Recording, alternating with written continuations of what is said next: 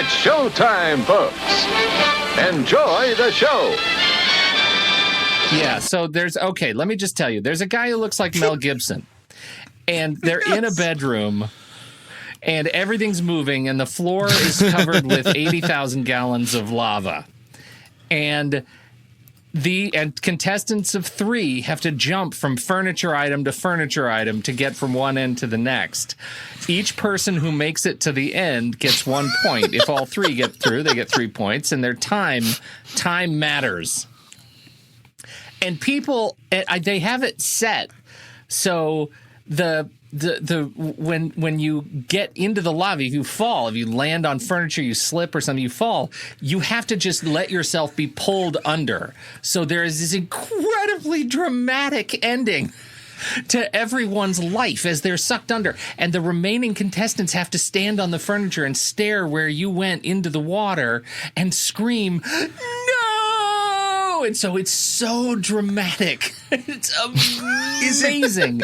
Does it take like athleticism? It's like one of those obstacle things. It is one of those obstacle things. And what is beautiful about this particular show, Rob, is that there is very little athleticism on display. No, that's not fair. They're more athletic than me, so it is that athletic. Oh, no, but I'm envisioning I want my brother and I to be on this show. So 2 400-pound guys, right? Let's see how this works. Then pair us with some small little girl. Just see us just go, oh, crap. The Floor is Lava is 2010 to a reality television show hosted by Rutledge Wood. You know Rutledge Wood. He's the former sports guy or NASCAR announcer, analyst. I'm a 400-pound nerd. Do you think I watch sports? I hear you. I'm with you. Yeah, right? Yeah. Floor is Lava. Fine Saturday matinee to you both, Rob, Ray. Oh, yes. Happy Saturday. Absolutely. In fact, it's a special one. Talk to me about why it is. It's my birthday. Happy birthday. Happy birthday. Thank you. So, yay. Is this an age you wish to divulge or one that you wish to keep secret? Oh, it's really simple. Oh, no, I have learned to be very happy. I happily say that is my 48th birthday. Woo. You don't look a day over 47. There you go. Thank you. Handsome. And right, because I have a lot of friends who are just in their 50s, right? And so when I say, oh, I'm going to be 48, and they're like, shut your mouth. Right. Be very happy. So I've learned to just go, oh, it's very nice. Thank you. It is delightful. Well, you've earned it.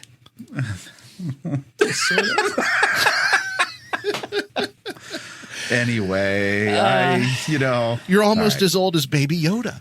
Yeah. Oh, yeah. Listen to that.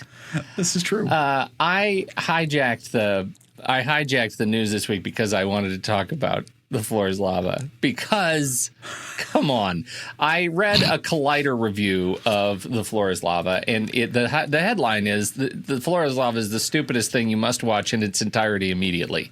And I always fall for those headlines. Come on. I always fall for those headlines. And I just want to read to you some of the things that were said in this amazing review by Vinny Mancuso over at Collider because it's great. The bottom line, you do not need to pay attention. The amount of energy Floor of Lava asks you to invest in it is less than zero. Yes, each contestant gets an intro, but the details of these people's lives are mere victuals for the lava pit. Netflix makes shows to be half-watched in the background of your day, and Floor of Lava marks the pinnacle of this art form. Please. Well, do you know why all that is true? Because the title of the show is Floor is Lava. You don't need, nothing else matters, everyone. But wait, I've got one more. Vinny, you're a peach. It's vaguely dystopian, says Mancuso. One of my favorite TV trends in recent years is the rise in reality shows that could be playing in the background of a Paul Verhoeven satire about how far humanity has fallen into ghoulish excess. The Masked Singer is the most notable example. Dismantled would give it a run for its money if it was on anything but Quibi. Note to Quibi. Floor is Lava is the type of show that proves you're like 3, maybe even 2 presidential terms away from saying "f*** it" and just doing the Hunger Games. Wait. How about 1? What do you mean? We're still a couple months out from the election. We can just see it next month. No, we're there, dude. Are you kidding? If you're over 65, prepare for the culling. Jeez. Hey, I have to go to Lowe's. I was going to go to Lowe's tomorrow to do something. I don't even want to go to Lowe's because I'm like, I'm going to wear my mask. Is somebody just going to come up to me, rip the mask off, and then I'm just going to have to grab stuff that's in the aisles, and there's going to be a fight. Like, I don't want to do that.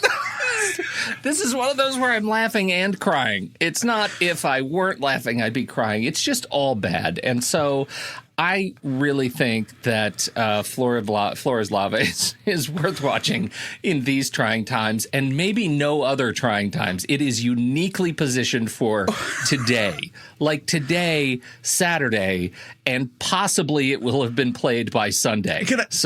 I am going to be here's the deal. I'm now completely distracted. You know why? Because you said this. I opened up a browser window, put in Floor is Lava, looked at the image Google response. Oh, yeah. Oh, no. Oh, no, I have to see this. Yeah, of course you do. What is this? Yeah. Now, Rob, try to refrain from opening a browser watching this as we're recording don't here. Look. Don't look. That's it. Close the window. All right. It's very dangerous. So that was, you know what? I had other news, and then I decided I would watch The Floor is Lava. What do you guys want to talk about? I want to talk about how disappointed I am that our world does not look like Thunderdome yet. We're on the way. Let me tell you. Did I tell you about Lowe's? Here's my plan. When I go into Lowe's, I go right to the gardening area. I get a pitchfork, and I just walk around the store with the pitchfork, buying everything else I need. Yeah. So that then I can You're gonna just need a pitchfork. Are you buying that pitchfork? No, I'm just carrying it around, just in case. What's great is when you see Robin sawing off the handle to make a sawed-off pitchfork so that he can strap it to his forearm and wield it like a claw, a giant farm claw. Did you see there was that viral video on YouTube of somewhere in LA where some guy just came out of his car and he had 2 limb cutters and he had them strapped, and you're like, what are you doing? What's happened? Oh, you guys. What does it take to push you there? Is it just that AMC is struggling to reopen? What is it that watching pushes too you many over? Bruce Campbell movies? It could be. Oh, it is. That's exactly what it is. Well, the AMC thing. What was the thing today? Did you see the thing that went viral about the guy? Cinemark put out a video of a guy disinfecting the theaters. Oh, no. Sure. And he's there with a fumigator with and he's just going at it, and he's wearing just a little tiny mask, and everyone just went, well, that guy's dead in 2 months. And so is everyone who comes into the theater after. What are you doing? That's not funny at all. Do you know what? I'm going to tell you, and this is a controversial hot take. I'm going to tell you this. Tenet will not be worth that. Oh, no. No. Neither will, what was my Russell Crowe movie? Unhinged, which I'm seeing the commercials for now. I'm like, no, it won't be worth it. But Mulan totally will. I mean, maybe. Maybe Mulan. I did post and I'm only doing this by means of a segue. Have you seen what we have to look forward to on what appears to be unoriginal property that the Peacock is going to be bringing to us? Yes. What do you think of this? We're talking about Brave New World adaptation coming out as a series of the Aldous Huxley dystopian novel. What'd you think? You know what? I saw that trailer and I thought this looks weird and wild. Yeah, it does look all of those things. It definitely looks like it's worth a watch anyway. I mean, who knows what it's actually going to be like, but it looks crazy go nuts. You know what? I'm excited about I am excited about it. I don't know how I'm going to watch it because I don't know about adding Peacock to my list of subscriptions. I'm not ready to things will have to get pretty bad. Yeah. For that logo to cross my screen. But I will say that they picked up Alden Ehrenreich, and I'm a big fan of Alden Ehrenreich. I am bullish on Hail Caesar. I even liked A Star Wars Story. And so with him and Demi Moore looks like she's in it, and Hannah John Kamen. I mean, I think they've got a great cast. It's a good look. They clearly spent some bucks on this thing. And you get that whole what they were calling the Matrix style, like, sex rave dance. Right. We could do with more sex rave dances. I think it's a Matrix Reloaded-esque dance orgy. That's the one. There you go. That's the one.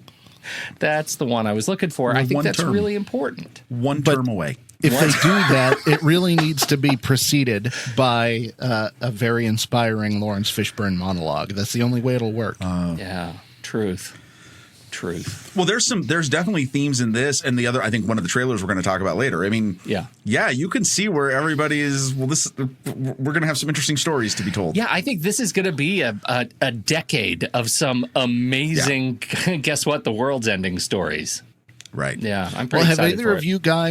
Have either of you guys seen previous iterations of this story on the screen? There was one that was more famous than the rest, right? All I know is that there was one movie in the 30s, but I haven't seen it. I know nothing else. There was another one in 1998, and that one had Peter Gallagher and Leonard Nimoy in it. Oh, I must see that. And don't worry about it, because it does not crest the IMDb 6-star. It's a 5.2, which is even more reason to see it. But I forgot my audience. I got to read the room. Ray, this is for you. I'm wearing my rose-colored glasses. Look. No, there have been a number of takes on this this bit. 1980, Julie Cobb, Bud Cort.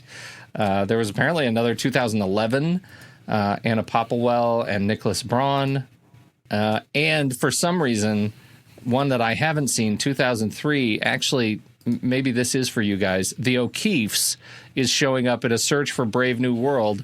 It stars Judge Reinhold and Kristen Nelson. That's also maybe something. We also have Brave New World 2005 with Eric Edkins and John Avnet. So, I'm lots of paging choices through these. As you're saying these, I'm searching and I'm seeing the images. Yeah. I think all of these combined didn't have the budget that this one is coming out as. Yes. Wow. Yeah. I mean, there's not been a whole lot of money spent on this in the past. No, there has not. Even on the sequence where they have the contact with the little tail in it, that sequence was more than the Leonard Nimoy version. Oh, the Leonard Nimoy version is a Bruce Lee jacket with a leg. Yeah. That's it. I mean, oh boy. So interesting. Well, this is what it's coming to. Just wanted everybody to know. Speaking of streaming services, did you hear about Hamilton and how there are certain changes being made whenever it comes to Disney Plus? I'm pretty frustrated by this. I feel like you posted this just to get my hackles up. I can neither confirm nor deny my motivation behind posting Ray this. Delancey troll. So share your thoughts with the room, You have Pete. to tell the story first. Okay, so it's Disney Plus, right? And Disney Plus, since it has come out, has been pretty open about not wanting non-kid-friendly material on there. Even though their catalog and the catalog of the other things that they own, like Fox, whatnot, have plenty of material that is not really for kids. And so we know Hamilton's coming to Disney Plus, and it seems that in order to make it more kid-friendly, to get it a PG-13 rating, they are removing some F-bombs. They're leaving one. Is that correct? I thought it was 2. It is 2. Okay. Yeah. Well, see, I've mentioned this before. You know that all they have to do is hide Walt's closet. up, down, enter. And you can see. And it comes out onto the right of National Geographic, and this is where you can put the stuff. No, I mean, they've clearly drawn the line of what they're going to allow on Disney Plus. It shouldn't be a surprise. Yeah, it's not a surprise. Is it disappointing? Yeah, but dude, if you're gonna digitally put more hair on Daryl Hannah's butt, I mean, of course they're gonna do this. This isn't, and Miranda's basically said, I mean, is he thrilled? No, but well, yeah, I want people to see it. You know what? People will see it. A lot of people will see it. Especially a lot of people will pay to see it as they have removed the free trials leading up to the launch of Disney Plus, so that people will just pay, just watch. No free trials to get Hamilton. It's in Yorktown. Knock Me Down, I Get the Back Up Again is going to be muted, and so they put a record scratch over Southern Democratic Republicans. And I particularly like Lin-Manuel's take on it. You can sing whatever you like at home, even sync up the album. Love you, enjoy. So, thank you, Lin-Manuel. Just a frustrating time that we can't trust the kids to hear the F word twice. You guys will have to discuss that when you do the film board. We've got it. It's coming up on the film board next weekend. So I'm very excited about it. It's one of my very favorite shows. Very, very favorite. And so might just be me and JJ just talking back and forth about how awesome it is. I'm okay with that. What are you? I'm Batman. So we know Rob's proclivity for superhero movies. Yes. Did you guys hear about the exciting new cast addition to Flashpoint? I am amazed. Well, okay, first of all, I mean, this has been going on. You know, there was the reference to the 89 Batman in the Crisis on Infinite Earths. Right. And I know that I am amazed that I'm not amazed he's willing to do it. I'm just amazed they're willing to break that egg. Like, it's kind of cool. I still just don't know where these movies are going. That's all. I'm not as committed as I am to Marvel because I still don't just get where this all fits together. It seems like a nerd grab. Like, oh, you'll all love this. We're going to do this. It may have no relevance. It seems from the news that they don't know where they're going either, Rob. Exactly. That's what I mean. I think this is literally just, hey, we have to come up with stuff. Here's an idea. Michael, would you like a truck full of cash? Yes. Please come on set. Like, that's it. But in all honesty, I get the impression that this is much smaller a role than they're making it out to be. Oh, absolutely. Yeah. You're 1,000% right. Yes. Kind of like in Batman v Superman, like the tiny little Flash cameo where he like comes through time or whatever and speaks to Bruce for like all of 5 seconds. That's what I'm thinking this is more going to be along the lines of, because it's a Flashpoint one, right? So he's got jumping through time and other Earths, and we're gonna land in Wayne Manor in 3-2 Burton, and that will be where we see him, and that's it. He'll probably be standing by the fire, and he'll turn around and you'll see his face, and then his eyebrow will go up, and then it'll be over, and he'll have made $15 million. But and somewhere Kim Basinger is waiting and saying, well, hey. Yeah. Right. I mean, who's in the other chair? Yeah. Obviously, it's Vicky. That's right. But you won't know because it'll be an anonymous leg crossed in reverse with the fire with the heel. No. We've just fixed this movie, Rob, and it hasn't even been made. There you go. That's it. Finished. But you know what? I think that people are more excited about what this could mean because how long has it been since people have been saying we need Michael Keaton to play old Bruce Wayne in a live-action Batman Beyond movie? Yes, we do. Yes, we do. Yeah. I think this is just something the fans are using as their tiny little glimmer of hope that could materialize. Yeah. Well, I mean, look at this. I mean, there's a real possibility of that. It's not like there's a new Batman movie in the works. Oh. Right, touche. There is. Touche. You hurt people. Because it kills me. It just kills me. Whatever. We'll talk about it more in trailers because I got to talk about that. Yeah, we got more in trailers. All right. Yeah. All right. Oh, that's all. Do we have any other news we want to talk about, or shall we use that as a segue? So... Segue away. Which, by the way, Segway's dead. Did you see that? I did. What an amazing segue you just made. What? I mean, no, I couldn't believe that. I saw that because there was the whole reminiscing, like, oh, remember when this came out and Steve Jobs and everybody said it was going to change the world?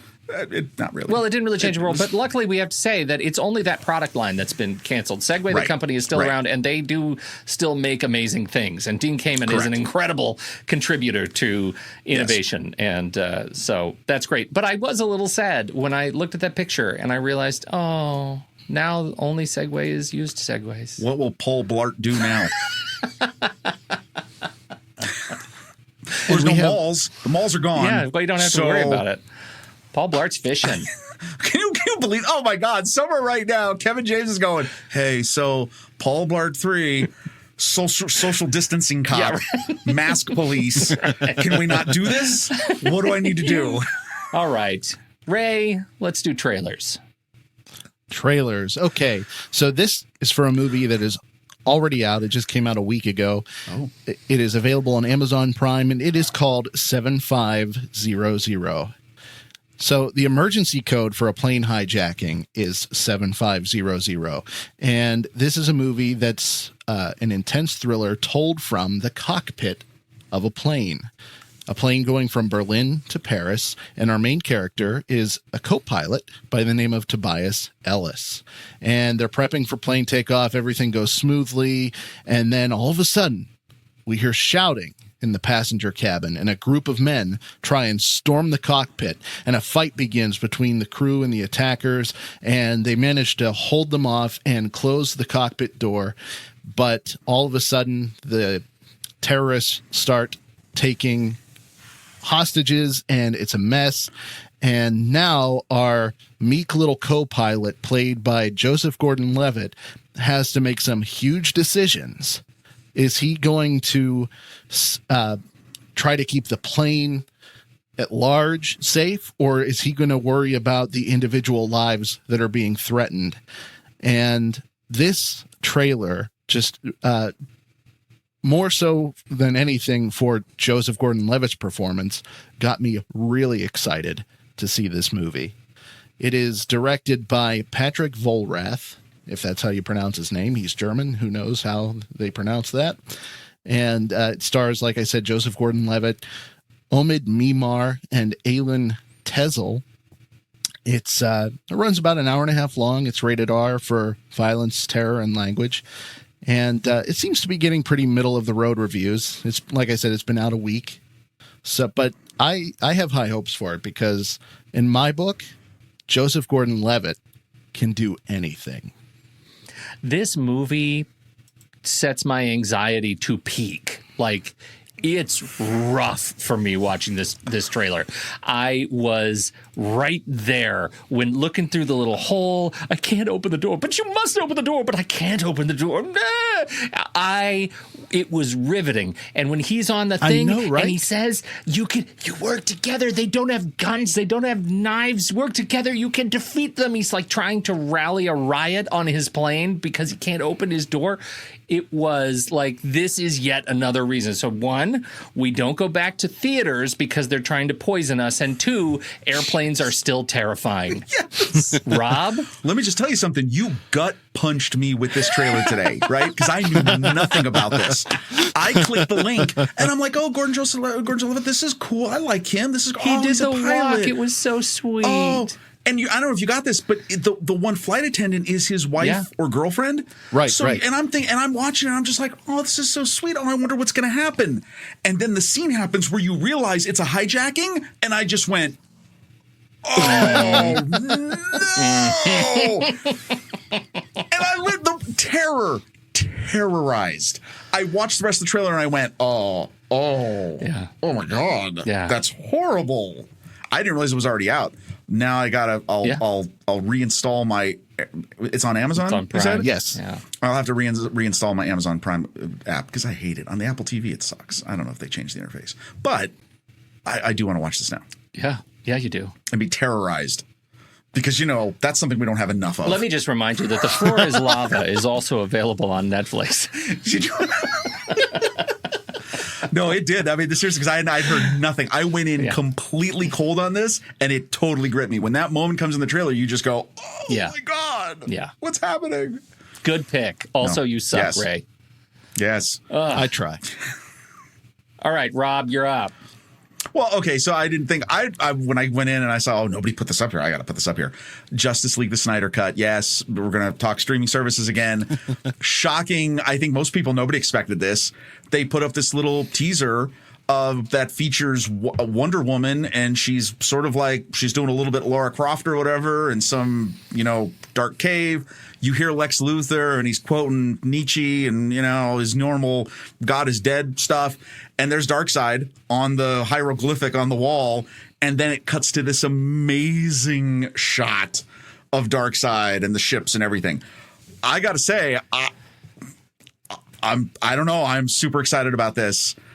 Even though I know it's probably going to let me down, but the rumors are still coming out that they've got too much to do a movie. This is going to be a 6 or 8 part serial. I think this is going to be tremendous. I just recently subscribed to HBO Max and for the first time watched all of the DCEU movies that I have not seen. Up to this point, I'd only seen Man of Steel and Wonder Woman. And so I've finally flown through all of them except Aquaman. And I have to say, Justice League was probably the best one of the bunch, in my opinion, but that's not saying much. But I am really interested in seeing what this particular project yields, because I think that what that film needed was a little bit more time to breathe and let its story out. Do you wonder ever if you cut to that same Wayne Manor fireplace, and there's Joss Whedon, and he's sitting there, and he's sitting with Chris Terrio and Jerry Siegel and Joel Schuster, right? Are probably like lurking over them as just sort of phantoms. And the only thing you hear is Joss Whedon watching this trailer and seeing the fan response on the internet and says, "Yeah, we probably should have put Darkseid in there after all." Don't you think? Don't you wish there's just one inkling? No, of course. This was all I'm not a fan of Justice League. I mean, Kyle and I have talked about this for a long, long time. It was pretty horrendous. I mean, that's my take on it. Was just, I don't know. I'm a Zack Snyder fan for something different, so I kind of liked what he was doing. But man, I still always come back to Justice League and say decisions were made in that movie. Josh Whedon, when he's at his worst, will do all these crazy things that all of them are done not for advancing the story. They're done for a punchline. Mm-hmm.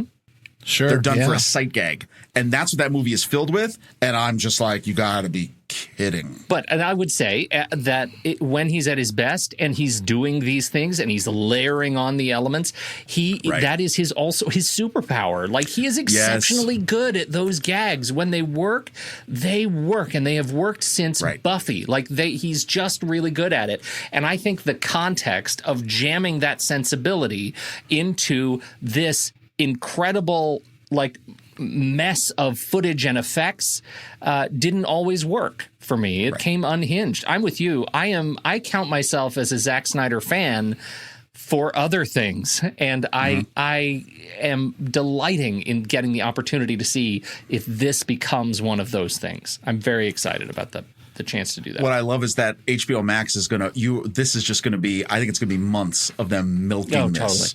Totally. Well, and of course. Yeah. By the time it comes out, February, hopefully, or March, whenever, I mean, people are going to be totally ready for it, and I'm excited. Judged by the crappy trailer. They post the little thing with the one shot of Darkseid. That was great. And then they decided to include the theater experience with Henry Cavill in a tank top. Come on. I was done. Is this what it's going to be like for the next 9 months? I don't know, 12. But you know what? I'm glad they didn't include Darkseid in the movie, because if they had, I think he would have just been as one note and bland as Steppenwolf was. I agree with that too. Yeah. No, it was everything was rushed. Everything was rushed. You know what? Here's something I will add. I thought the naming of this, so Man of Steel, right? Mm-hmm. Dawn of Justice.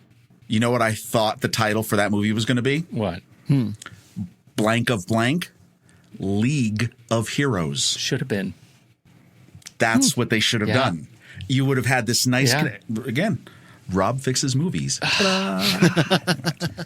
Can't fix that movie. Title wouldn't have just fixed that movie, but anyway, whatever. There's hope. I got one. And I'm cheating totally, because I think I'm cheating. It's sort of I'm leaning into the cheat, because obviously, the Snyder Cut's becoming a series. Mine's just a series. This is just blanket series. I'm an Apple guy. I am one of those guys who takes off twice a year. The day becomes a holy day of vacation when I watch the September iPhone event and the spring Worldwide Developer Conference for Apple. I watched the keynote, I watched the State of the Union, and I'm a very big fan of that. This year was a very different experience. In their keynote, they actually dropped a trailer for the Apple TV Plus service, and that is for Foundation. Foundation, the series, direct-to-series order, Apple TV Plus. It chronicles the 1,000-year saga of the Foundation, a band of exiles who discovered that the only way to save the Galactic Empire from destruction is to defy it. No, we're not wearing our politics on our sleeve at all.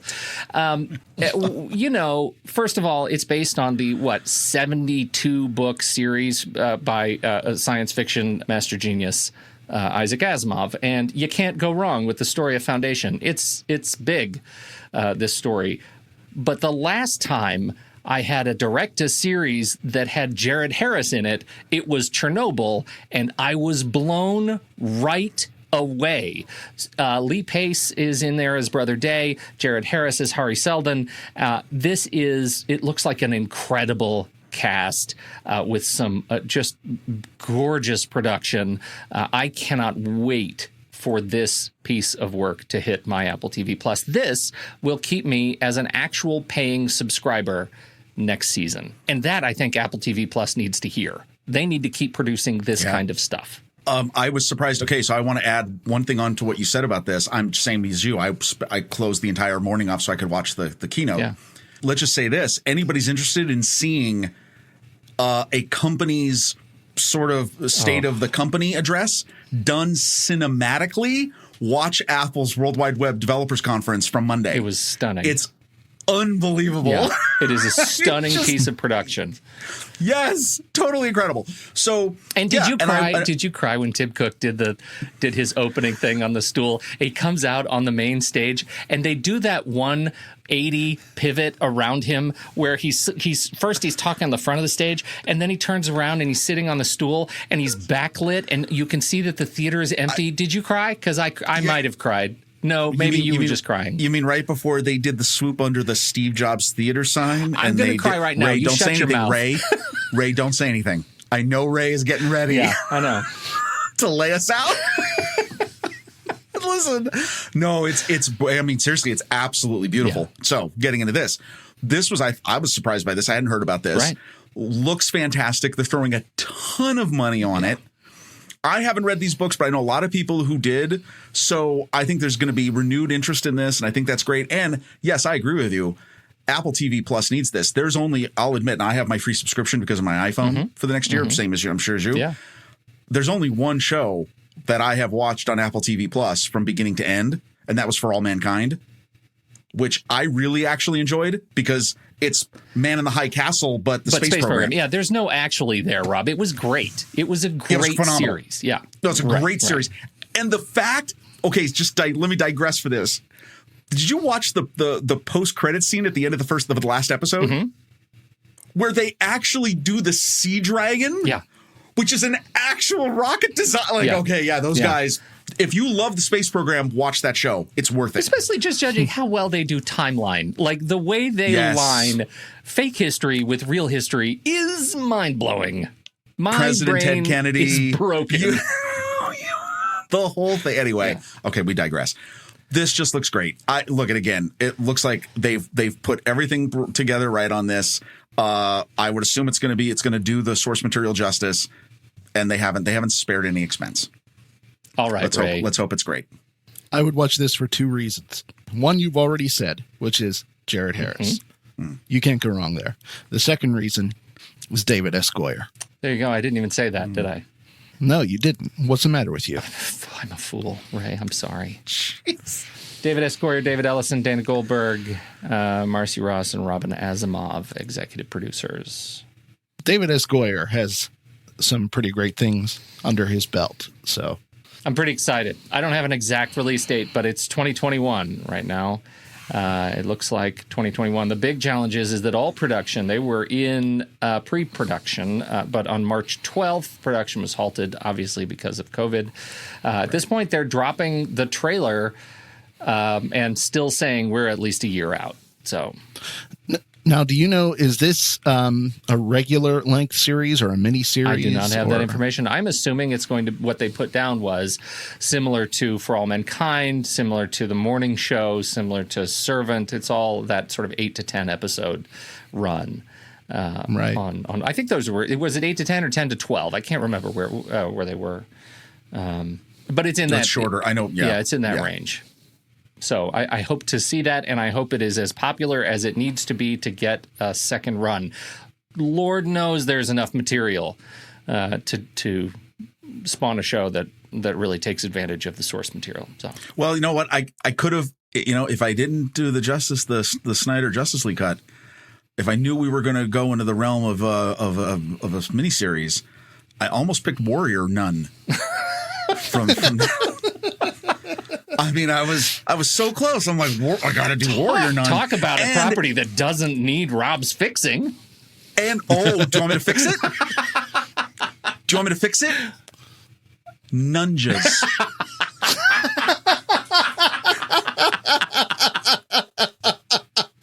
You are amazing. Ninjas that are Fixed nuns, it in one. They're nunjas. Oh. Good night, How everybody. are you not Thank working more? Wow. I don't know. That was unbelievable. Anyway, okay. Nunjas.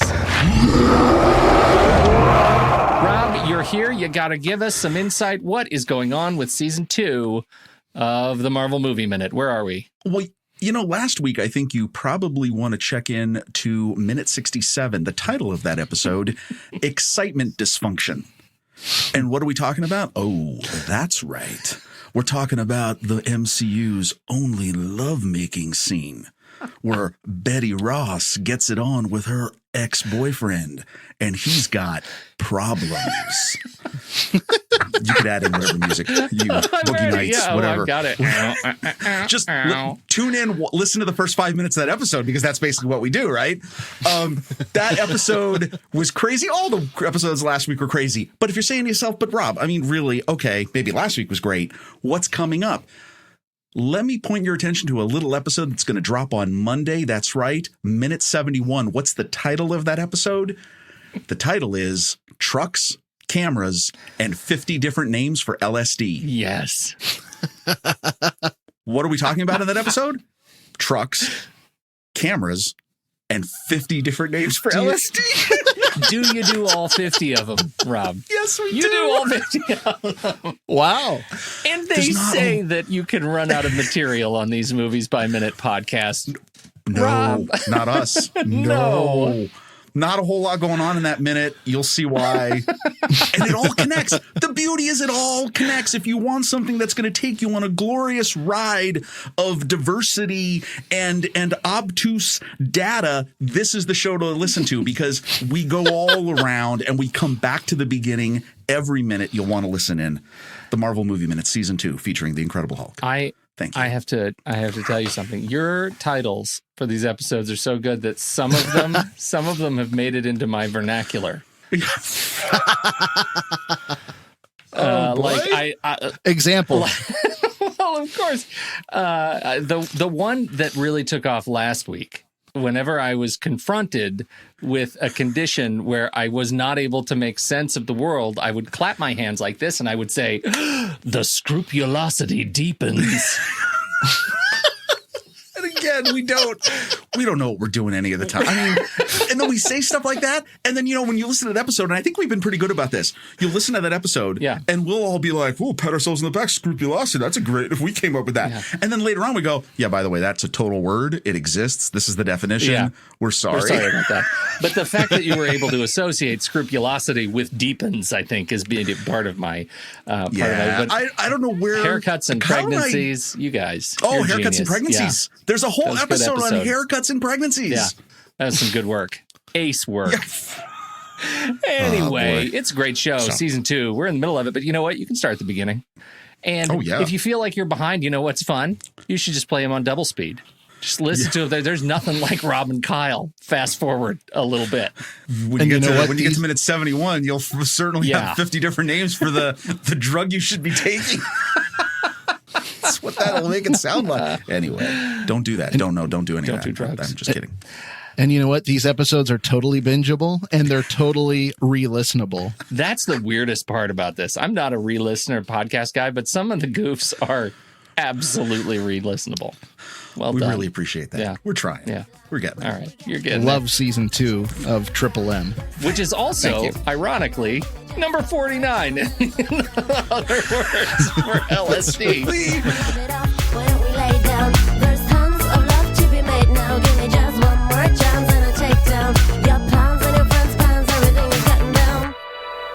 I think that it's time, gentlemen. Let's talk about our lists. Yes. Now, oh boy, here's the thing. We've got a bit of a challenge here. I think all three of us inherited this week's list, right? And you guys weren't on last week. No, right. I hope I did the right one. No, I did. I'm pretty sure I did. I hope you did too. We are talking about they were talking about the movie that we just wrapped up, which was Charade. Greatest Hitchcock movie that Hitchcock never made. And that involved a spouse with a hidden past, right? And a lot of I thought we were doing different names for LSD. There are a lot of movies. Black Star. And so I was actually gunning for May-December relationships. That Cary Grant, man. Oh, yeah. Oof. He's a catch. There's a gold mine just there. Unexpected, unique, and abnormal treasure. Of course, we had stamps, but no, the people in the community, they chose spouse with a hidden past. I hope that is what you have brought with us today. So I have. Here we are. To open the bidding, we have Ray. And I'm just going to say that I could only come up with enough for one backup. So if either of you guys steal, I will not be a happy person. Weirdly, I'm in the same boat, and I'm nervous about it, especially because I am sure that everything you guys pick is going to be a forehead-slappingly obvious pick that I missed. I'm feeling the same way, so you're not alone, sir. But imagine, if you will, in your mind's eye, you meet a girl where you work, and you become romantically involved. 9 months later, she gives birth to a child. You and she get married. You live a happy life. 5 years later, your wife's old flame comes back. All of a sudden, new information is coming to light. And it seems like your 5-year-old son has many of the same traits as your wife's ex. Handsome blue eyes, dimpled chin, and superhuman strength. I'm speaking, of course, about 2006's Superman Returns, in which Richard White, who is married to Lois Lane, realizes that his son is actually the seed of Kal-El. Oh, wow. That was such an amazing setup. So good. Oh, what a great pick. Superman Returns. Ray, you get me all ornery early on, and then you do something like this. Totally redeem yourself. There's so much that can be said about that movie today. Truly. Yes. Not all great either. Well, do you want to try? Lots of different reasons. I mean, geez. We got, there's controversy in a couple of different areas, but just a movie that, you would think if you told somebody what that movie was before, what was the setup? And then you told them, and it was a disaster. They would say, it's because clearly of the main actor and because he was, an unknown. And obviously that didn't work out. No. Mm-hmm. No. The opposite of all that. Right. I mean, because he was fantastic in it. It's everything else that. I'm a fan of that movie. I can totally understand it because I'll tell you what, he's channeling Gene Hackman. Oh, you're talking about what's his name? Kevin Spacey. Yeah. I mean, he really is. I mean, I think it's actually a performance that actually tries to fit it in to what the timeline it was trying to fit it in. Yes. There's some things about it I'm not a fan of. No, I'm not saying it's perfect by any means. Right. But it's more, but I enjoy watching it from time to time. Sure. I can't help it. Sure. Well, here's the thing. It was it was a movie that was kind of perfect for its time. And honestly, like, as much as you want to talk about how, the unknownness of our central character, I think Brandon Routh is I think he was a great crossover Superman.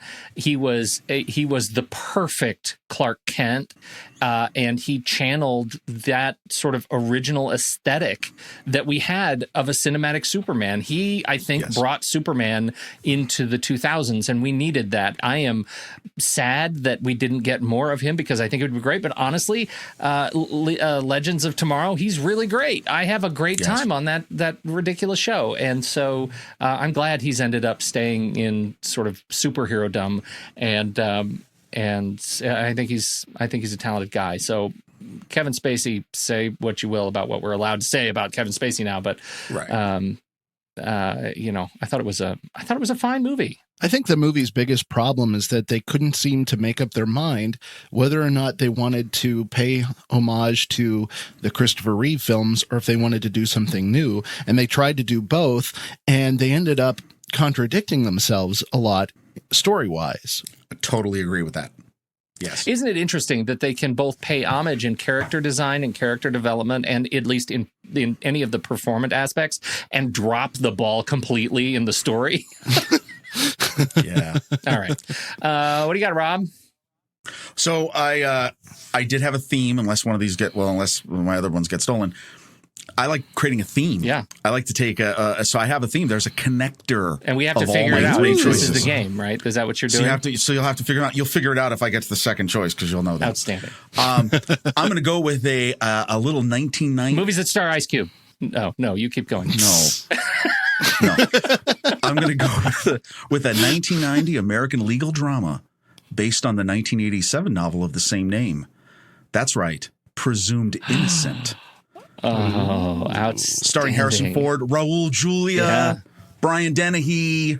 It's a great movie. I mean, it's one of those gritty late 80s, early 90s legal dramas that they tried to push the limit of how seedy you could make a movie, a hard R-rated movie in terms of content, and during that whole period.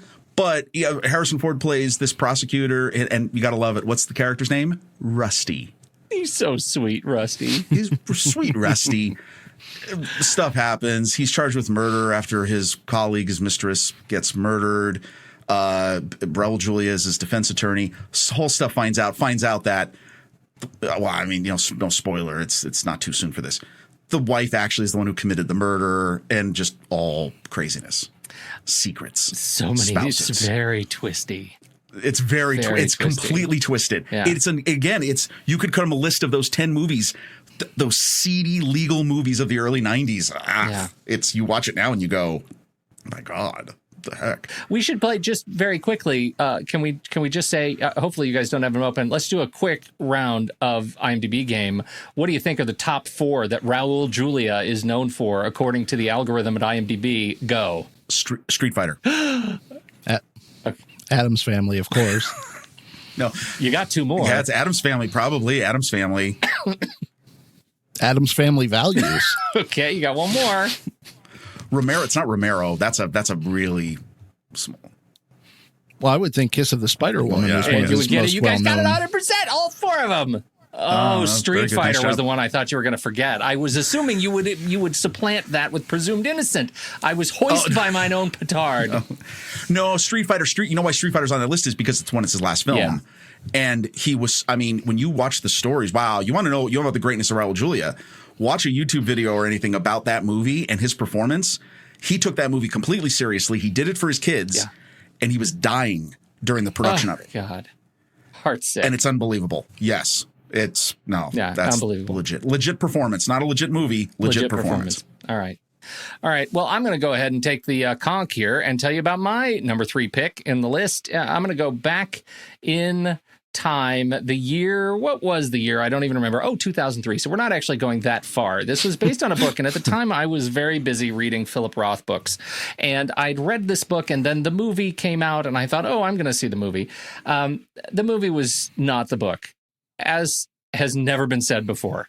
I'm sure. The movie is The Human Stain. The cast is amazing. Anthony Hopkins, Nicole Kidman, Gary Sinise, Ed Harris, Wentworth Miller pre-Prison Break, adorable. Jacinda Barrett, Clark Gregg, trying to bring a little MMM to us. Clark Gregg is in this movie. It tells a story of. Have y'all ever seen it? No, okay, Human Stain. There's a reason, because the title's terrible. Who would want to see this movie? And it doesn't sound like what it is. So it tells the story of this incredible secret that our principal character, played by Anthony Hopkins, is carrying around. He gets it is. I picked it because it's of a time, and that time is kind of today. He's a university professor. He gets in trouble because he uses a racial slur in the classroom. About two African-American students. And it is a racial slur that can be used not in that context. And his intention was not to use it racially speaking, right? He wasn't trying to denigrate the two students, but that's how it was taken. It blew way out of proportion. He was fired. His wife died like immediately after that. And then we reveal the secret, and it is crazy. And I just have to say it's because Anthony Hopkins, his secret is that he is African American. Now, I say that because it demonstrates how woefully badly this movie was cast. It's just hard to believe when you get to the end. If you've read the book, you can kind of picture what all these characters kind of look and sound like and feel like in that tapestry. And then they make this movie and they make Anthony Hopkins our central character, and it just falls apart. So it makes me sad, but it is a movie that absolutely, with the exception of the fact that the wife dies so early, it's good. I don't know. Every time I watch Thor, I always mistook Odin for Heimdall. So, Jeez. God. All right, let's give us a number 2. Back to you, Ray. Okay, so this one might be one of those ones that's blaringly obvious. So forgive me in advance. I'm going to tell you the title straight out because there's a spoiler alert here. If you have not seen this movie, the movie is The Prestige, 2006, directed by Christopher Nolan. Alfred Borden, played by Christian Bale, is a magician. He has the ultimate magic trick, one that his rival, Robert Angier, played by Hugh Jackman, would kill for. He can disappear in one place and reappear all the way across the stage in an instant. What's the secret? Not even his wife, Sarah, knows. Sarah, played by the always wonderful Rebecca Hall. And though she can sense that something is a little off with her husband, there are days when she can tell he truly loves her, and there are days when it seems like the I love yous are just another string of meaningless words, which eventually drives her to drink and ultimately suicide, never knowing her husband's secret that he has a twin that he has told no one about. Forehead slappingly obvious, great pick, Ray. Amazing movie. Yeah. Amazing movie. I don't know. I might see that again in the theater if they were actively poisoning me. Is that the one? David Bowie's in that too, right? Yes, he plays Nikola Tesla. Nikola Tesla with in the forest with all the light bulbs in the ground. So cool. And Andy Serkis is his henchman. Oh, that's right. Oh, I got to see the movie again. That's fantastic. Good pick. Yeah. Great pick. All right, Rob, number 2. All right, so I guess you're going to find out what my connecting thing here is. Oh, okay. Boy. I'm talking about a movie from the year 2000, an American supernatural horror film starring Harrison Ford. Is it Harrison Ford? and Michelle Pfeiffer, directed by Robert Zemeckis. I'm talking about What Lies Beneath. So twisty. Now, so Harrison Ford is my connecting agent here, just in case you didn't know. He's been playing real dorks. Like, I never realized for a while there, he's just playing these horrible husbands. The most nebbishy, awful people. Yeah, like, it kind of made it easy. Once I started doing this, I was like, oh, wait. Oh, and that. Oh, yeah. What the heck? So What Lies Beneath? Basically, long story short, he's a doctor. Michelle Pfeiffer's his wife. He cheated on her. They're over it. She gets haunted by the spirit of the woman that he cheated with her on and murdered her. And it's craziness. Spoilers. I mean, obviously everyone knows spoilers. It's total craziness. It was creepy. I remember when it first came out, everyone was like super freaked out because it was all like Michelle Pfeiffer in the bathtub with the eye submerged. And the ending is bonkers. Like the ending, he basically gets sucked down to the bottom of a riverbed by a ghost. That's right. That's what happens, totally kids. Yes. Yeah. Don't all of this. Don't do any of this. But yeah, I mean, secrets, spouses. Sinisterism. So sinister. Well, isn't that the punishment in the Bible for infidelity? Is being sucked under a river by a ghost? The sinisterolicity deepens. I mean, you picked that up. That's awesome. No, I don't know. It's okay. Anyway, but I just love that. I mean, it's again Harrison Ford. Good pick. All right, I got one that's pretty recent. That is 2014. That it tells a story of. This is one of those movies that makes me very, very mad, or would have made me really mad until we replaced it with World on Fire that we're living through. Can't wait to see this movie. The one I'm talking about though is a little Andrew Garfield, Michael Shannon, Laura Dern film called 99 Homes. And this one, the problem is the cheat here is not so much that it's a spouse with a secret past. It's a spouse with a secret now. And it is the story of Andrew Garfield. Have you seen it? That's about the mortgage crisis. Michael Shannon plays an incredible, shady mortgage broker dealer, and Andrew Garfield gets sort of sucked in and starts buying evicted homes, evicting people, and keeping money. And it's a shell game about evicted properties. But the secret that he's keeping is he's taking the money so that he can get his family out of living in this in a broke down motel room. And bring them back. And it is Andrew Garfield, I think, does a great job in this movie. And I am an Andrew Garfield fan. It's I really liked him in his turn as Peter Parker. And I actually think he has done some really great stuff since. So Social Network. Right. Exactly. So I think 99 Homes is worth checking out if you haven't seen it. Haven't seen it. Never heard of this. I don't even know how this. Yeah. Whoa. Wow. Ramin Barani, director, flew right under the radar, who wrote and directed the film. So interesting perspective as a director. I think it's a good one. That's my number 2. All right, we're back to you, Mr. Delancey. Big sigh of relief. I can't believe we've had no steals. I know. This is what I consider to be a very underrated movie because people always give it a lot of guff for its ending, which I will defend until the day I die. It's a 1941 film directed by Alfred Hitchcock, and it is Suspicion. Lena McLeodlaw, played by Joan Fontaine, meets the charming playboy Johnny Aysgarth, played by Cary Grant, whom... you fine gentlemen are doing, just finishing a series on. And she falls in love with him. They have a whirlwind romance. They get married and they go on this very lavish honeymoon. They return. They move into a very extravagant house, only for her to discover that her new husband, instead of being a wealthy playboy, is in fact unemployed, has no income, lives on borrowed money, which he never pays back to his debtors, and was having the intention of mooching off of her rich parents. And after this, she confronts him about it, asks him to live a responsible and respectful life, get a job, blah, blah, blah. But he continues to gamble wildly, come up with these crazy money-making schemes to the point that she begins to suspect him of wanting to murder her for the insurance money. That is Suspicion.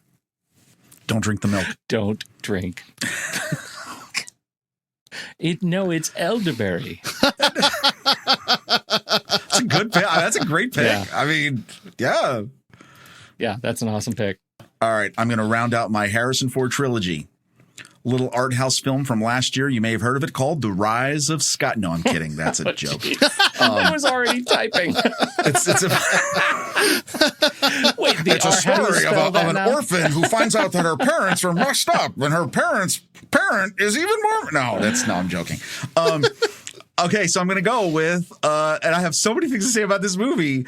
Harrison Ford, 1991, American drama, directed by Mike Nichols, regarding Henry. Which is a crazy selection for this because it's not just a spouse who's got secrets.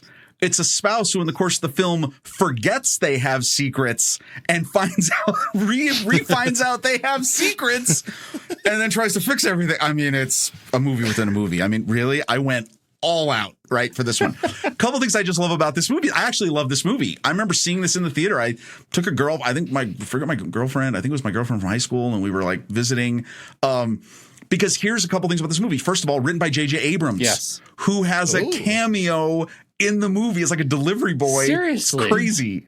Yes, you can go YouTube it, J.J. Abrams regarding Henry, and you'll see the movie. And it's a young J.J. Abrams just standing there looking like a goof. Wow.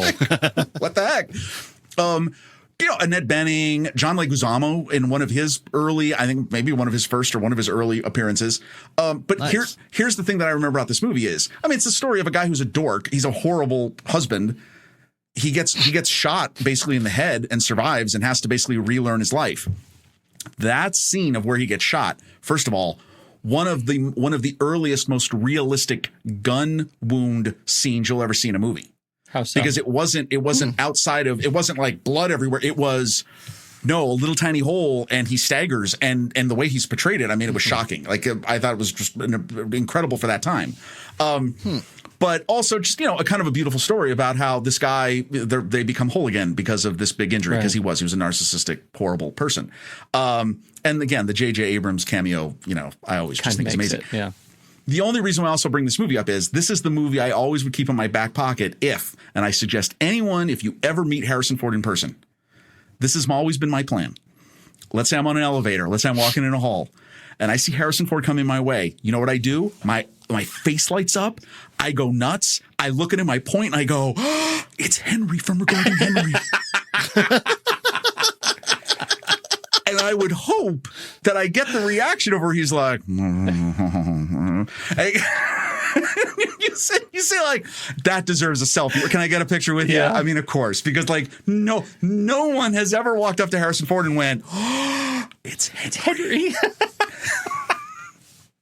Anyway. I am adding that to my watch list. It's on HBO Max right now. Yeah. Oh, no, totally. Totally. It's probably been 20 years since I've seen that movie. Yeah. Great pick. All right. That means the last is me. Oh, what you got, Pete? Well, what happens when, you work the land and you're in your daily life, you come home at the end of the day after working hard. You're a man of sweat and dirt, and you work hard, and you're a loving family man, and then you go out onto the mountain and you realize that something has broken your back. You have a secret, and it's not just that you are one spouse with a secret. It's you are two spouses with a secret, and you are Brokeback Mountain. That was well. I don't know, but that movie got me in the feels. Come on. Okay, what great picks. Right? This list blows me away. I thought we were going to have exactly 3 movies. And they were all it was just going to be all steals. So, did you guys have backups? Oh yeah, but I didn't. Well, okay. Well, History of Violence, which is a lame. But I mean, that's duh. Oh, yeah. You know but what? It's a duh, but I didn't. How think did of I it. not think of that? Oh, okay. History of Violence. 2. Well, okay. True Lies. Yes. You know what? Honestly, True Lies. I could call that a backup, but it has been picked a number of times on the show because that movie answers a lot of calls. Well, there you go, right? And then, I didn't think this was. I thought this one was just too soon. Knives Out. Yeah, I could see that. I don't even know that that's too soon because that's a favorite movie. But it also, I don't think it's been. I think it may have been picked once already. See, there you go. Maybe it is too soon. All right, Ray. What Regarding do you got? Henry hasn't. Regarding Henry is not. No, but I'm going to try and pick it every week from now on. Oh, yeah. Oh, absolutely. You have any backups, Ray? my one backup would have been my Steve Sarmento pick because it was on the show previously, and that's Gaslight. Yeah, I could see that. No, that's a great list, and some exceptional movies. Even movies that don't end up being that great when you watch them are still worth watching. I am carrying a torch for Human Stain because it's an interesting story. Now it's totally spoiled, but also Anthony Hopkins. It's the weirdest casting. So enjoy that. Now we have to talk about what's coming next week. We are on hiatus. We have no show to talk about, no movie to talk about. The next time we will have a movie to talk about, it's like in 2 or 3 weeks, where we will have to build a list off of the film Friday. So be thinking about that, because it'll probably be one of you who has to do it. Today, I'm thinking we come up with a list of films of, around, and related to Hamilton. Something related to Hamilton, since we'll be doing that on the film board next week. What do you think? Musicals about American history. Oh, I was gonna say revolutionary musicals. Revolutionary musicals. Now remember, what if it really is you that gets to answer this question? What if? Oh, come on. What's life? Challenge yourself. I'm writing it down, Rob. I mean, ooh, what about a movie about a person who really existed but is portrayed by someone of a different nationality? Or is that way too complex? Wow. No, I like that. I like where that's going. I like where that's going, but we gotta edit it. We gotta trim it. We gotta cut it so we can remember it. But I really like the sense. Miscast historical figures. Miscast. What do you think, Ray? Does that answer it? I dig it. Oh, nailed it. Yeah. That's good. That's real. No, that's... Yep. There's some fun stuff in that. Okay. See, there we go. Last one. Revolutionary musicals, miscast historical figures, and do you. Movies whose soundtracks have been done as a Weird Al polka medley. Start with Weird Al and work backwards. Yeah. You know what's funny? In the years we've been doing this show, we've never had an opportunity to start with Weird Al and work backwards. I wonder if everybody's just nervous to break that seal. Oh, I'm here now, so. So just Weird Al inspirations. In the movie land, though, is that really broad enough topic? I mean, you got Star Wars, Jurassic Park. That may be a very short list. Well, Dangerous Minds. I mean, there's probably more. Could be also, yeah. No, maybe not. You're right. That's rough. Well, sometime one of these days, we all work so hard. One of these years, you just got to have one. I don't know. Have you ever had an episode where like everyone just had the same 3 movies and that was like, that's it? Yeah, it's pretty bad too. It feels bad. It's hard and it hurts. So if you want it, it's all yours, buddy. No, yeah, that sucks. No, don't do that. It's the most boring segment. Yeah, that's got to be. Yeah, I could. Yeah. You know what? Regarding Henry, anybody else? Oh, you too? 1, 2, and 3, all of them. Oh, all right. So what you think about the therapy scenes? Yeah, I know. Yeah, it's just different. I just would like to recommend different segments of Regarding Henry. Right. Anytime where Harrison Ford's trying to work an elevator, I really show up for that. What? Okay. What about movies that try to hide how boring politics are? Try to hide how boring politics are. Or bring interest to politics. Or you're saying basically make politics not suck. Make politics great again. There you go. Yeah. Oh my God. I'm making a hat. Make politics funny again. Oh, there's so many great. Funny again. Nailed it. Hey, it's a summer. We can do things in the summer that are just different. This was great, gents. Well played this morning. Yeah, morning on my birthday. It's so early that it's dark out and you don't know. Happy birthday again. I got so much to look forward to on this day, the day of my birth. Do you have any plans on this day? I don't know. What is the Rob Cabasco birthday ritual? The RKBR. Oh, no, it's... Yeah. You don't have a thing? It's just... No, I mean, I'll do stuff. My wife will yell at me. She'll make me a cake. That sounds like Monday. Yeah, we've got... Well, this year, though, we've got some Captain Morgan creamsicle rum. Oh. So So that's something. Well, that sounds delightful. There's that. Yeah. It's going to be wonderful. It's great. If somebody could have come to you when you were 10, hey, remember an iconic 10-year-old birthday party? Oh, yeah. Okay, let me tell you the story. Because my mother just sent me pictures for Father's Day. We had our family, we had the one big birthday party. And the one big birthday party for us was, I was growing up in northeastern Pennsylvania. The guy who was the local, late night horror TV host was Uncle Ted. He was totally known around northeastern Pennsylvania. He was a magician. They got him to come in our backyard with all my friends and put on a magic show. No kidding. Wow. And the reason why, if anybody knew who Uncle Ted was, you remember Bill O'Reilly, the crazy guy from Fox News? Yeah. Bill O'Reilly's first job in television was interning for Uncle Ted.